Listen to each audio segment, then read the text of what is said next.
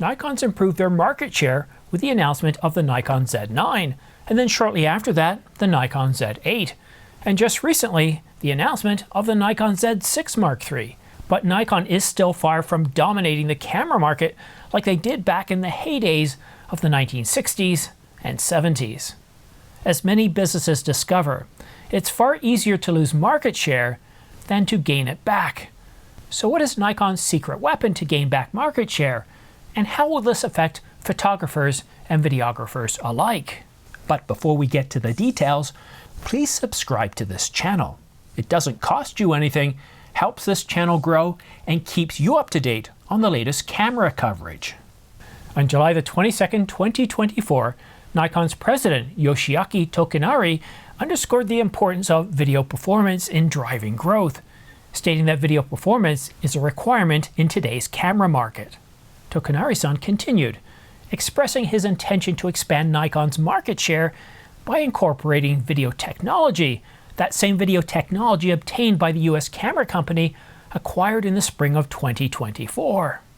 And that US company that Tokunari-san referenced, that the acquisition was complete by spring of 2024, is Red Digital Cinema, specializing in digital cinematography, based out of Foothill Ranch, California.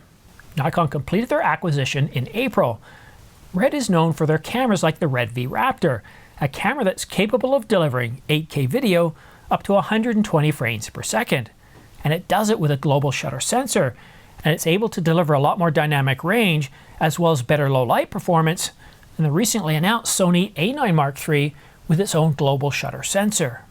In fact, the Red V Raptor X and XL can deliver 17 stops of dynamic range, but can go as high as 20 stops using their extended highlights feature. But what's significant about this announcement is all of Red's intellectual property. You might recall not too long ago that Red sued Nikon, that there was this lawsuit over using certain technology that Red claimed to be their own. Well, Nikon solved this problem by acquiring the company, making that lawsuit go away. But that same technology, the intellectual property, that allows them to produce global shutter sensors capable of up to 20 stops of dynamic range, better low light performance, and color in low light, well, that could really prove to be a game changer, not just in video applications, but also for photographers. Imagine just for a moment being able to work with 17 stops of dynamic range with a global shutter, eliminating rolling shutter for good, and being able to provide not just good low light performance, but also very good color rendition in low light. But this doesn't mean that photographers aren't going to benefit from this. Just look at all the press about Sony's A9 Mark III, that camera with the first global shutter sensor in a stills hybrid camera, not obviously the first global shutter sensor. Red's been doing this for years, but to be able to capture a scene without any warping, without any rolling shutter, that's really significant. And to be able to do that with very good dynamic range, 17 plus stops, up to 20 stops with certain features enabled, and to be able to do that with very good low light performance or very good color rendition in low light, that would prove to be a very good, well, a game changer for photographers, not just videographers. But the one question you might be wondering is, well, how much is this going to cost us? After all, the Red V Raptor X and XL start at $29.99. So with a price of $29,999 for the Red V Raptor X and XL, with that global shutter sensor, that's a little bit high, but let's work with what we know. The Nikon Z9 has a price of $5,500, and the Nikon Z8, which has been, well, kind of teased to be a mini Z9, not in a bad way, but a good way, basically most of the same features as the Z9 for about $1,500 less at around $39.99. And then we have the Nikon Z6 Mark III. It was recently announced, it started shipping, and it has a partially stacked sensor. Partially stacked sensor. Well, it's not a full stacked sensor, but it has the readout speed some 2.5 times other sensors, and for a price of just under $2,500. So what Nikon has shown us with their stacked sensors, long ago, people were saying when the Nikon Z8 was rumored, there's no way Nikon's going to be able to deliver a stacked sensor under $4,000. And they did. And then people were saying with the Nikon Z6 Mark III, there's no way this camera is going to have a stacked sensor, not at $2,500.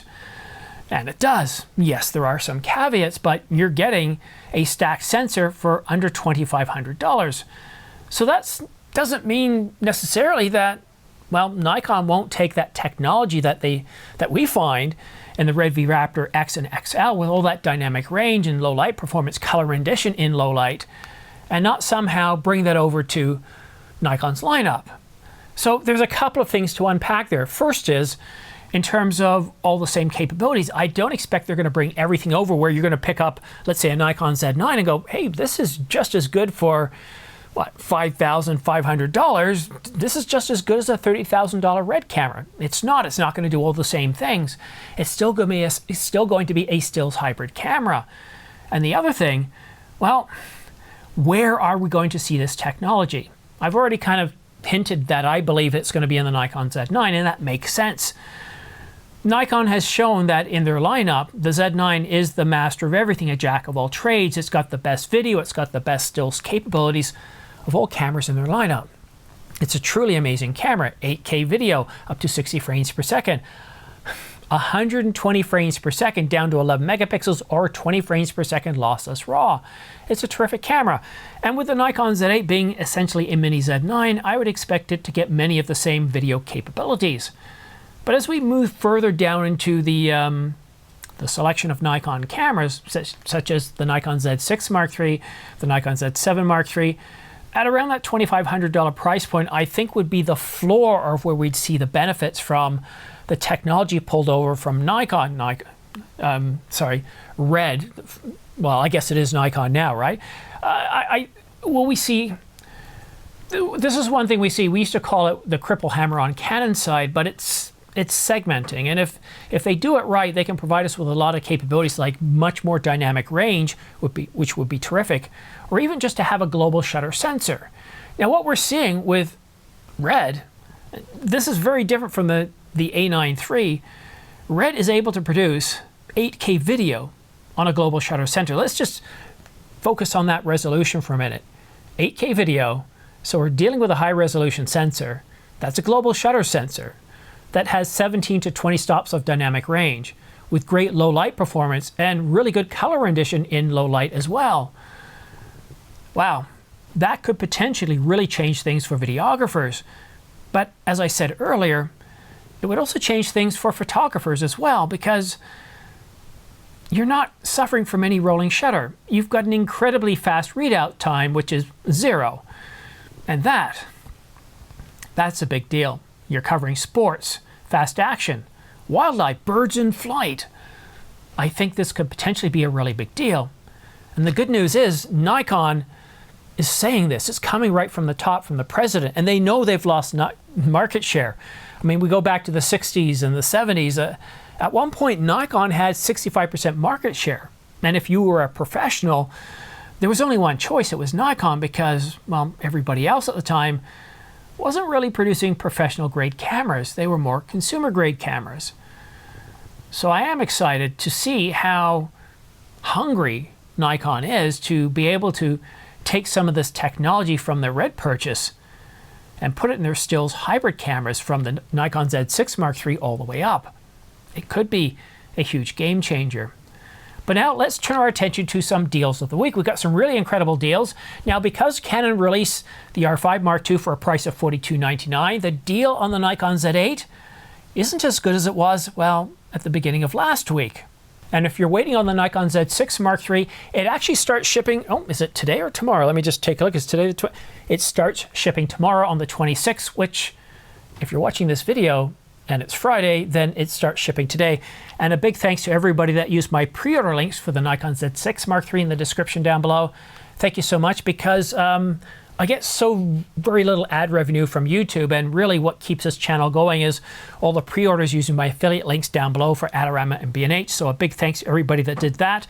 I do want to say a special call out to a local camera store that I've used in the past. I was actually downtown in Toronto today. I was visiting some friends of mine. Yep, these guys right here. We had a good conversation, and then I went to visit Downtown Camera. And Downtown Camera is one of my local camera stores that I like to purchase gear from. And while I'm always talking about pre-order links and affiliate links for B&H and Adorama, I also recommend reaching out to your local camera store. If you're in Canada, consider giving Patrick a call at Downtown Camera. I've got his information in the video description down below. It's got his contact information, 1-800 number. Now, he doesn't ship outside of Canada, but if you're in British Columbia, Yukon, Maritimes, wherever you are, give Patrick a call. One thing I like about Patrick is he's old school like me. He believes in relationships, about providing you with information, helping you get to the decisions you need to do, and he doesn't just rush you off the phone. And another good thing about Patrick too is just because you see MSRP on a camera, whether it's just released or several years old, he's always willing to sharpen his pencil. Just go ahead and make sure you mention my name. But that's not it for sales. We also have a whole bunch of really incredible sales on Nikon lenses. Nikon has deeply discounted their high-end primes and zooms. Look at that, the 180 to 400 millimeter, $4,400 off, although it's still a little pricey at $12,397. But the 400 millimeter, $3,300 off. The 500 millimeter, $3,000 off. The 600 millimeter, $3,600 off. And the 800 millimeter f5.6, a staggering $4,800 off.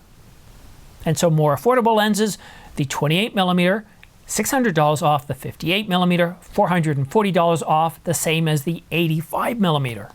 And a big thanks for Nikon Rumors for pointing that sale out. So if you've got the Nikon Z8, the Nikon Z9, and you're looking at picking up some high-end glass, now's a good time to purchase it because they're, well, on sale. And I also want to say a big thanks for staying and watching this video to the very end. It's very much appreciated. I'm pretty excited. We're going to see a lot more cameras coming out this year. We're waiting for cameras from Nikon. That Nikon Z7 Mark III, we don't know where it is right now. We've got several cameras registered, so we're looking for it. Well, more cameras there. We're expecting more cameras from Sony as well as Canon. So this could prove to be a very busy second half. But that's it for now. Thank you so much for tuning in. Have yourself a great day, and we'll see you again soon.